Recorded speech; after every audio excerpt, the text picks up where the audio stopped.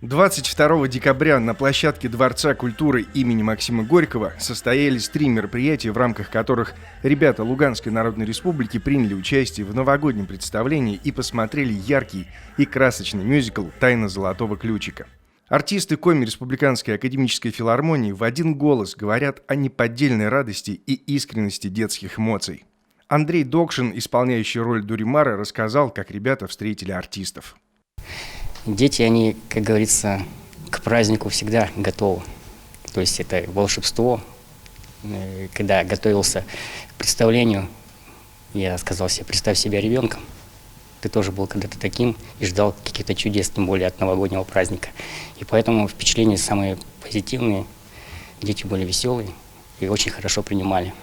Изюминкой выступления артистов ансамбля «Асия-К» стало интерактивное шоу, во время которого ребята из Ровеньков познакомились с Коми Дедом Морозом Кейджетпелем. Денис Лазарев, исполнявший роли как традиционного, так и Коми Деда Мороза, говорит, что дети в полной мере оценили труд артистов. Мы, конечно же, провели интерактив, с ними поиграли в различные игры, по песне попели, хороводы поводили. Я думаю, что как и нас, двоих Дедов Морозов, очень хорошо встретили, так же и нашу Снегурочку. Окружили и не отпускали нас до самого конца. Ребята из Ровеньков, как оказалось, очень ждали приезда наших артистов и даже подготовили им подарки, что, по словам актеров, стало для них приятной неожиданностью. Дети вот этого Дворца культуры нам, участникам этого спектакля, лично каждому подарили елочки, сделанные своими руками. И вы знаете, это было так трогательно вообще, так приятно.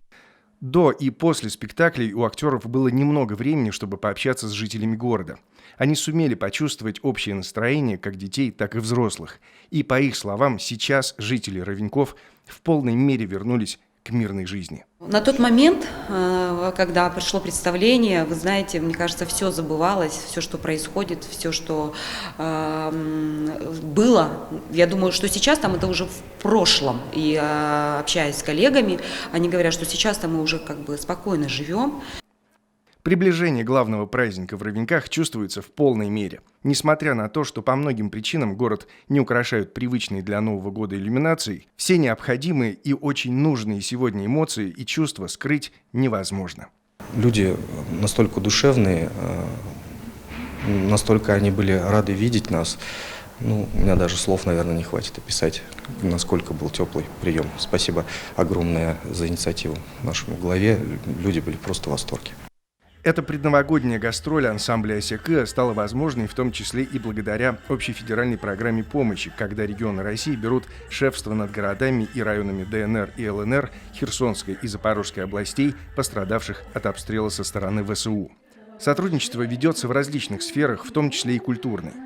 Артисты ансамбля «Асия-К» с теплом вспоминают детские улыбки и искренне надеются, что вернутся туда вновь, чтобы подарить им праздник. Илья Зубов, Иван Богомолов, телеканал «Юрган».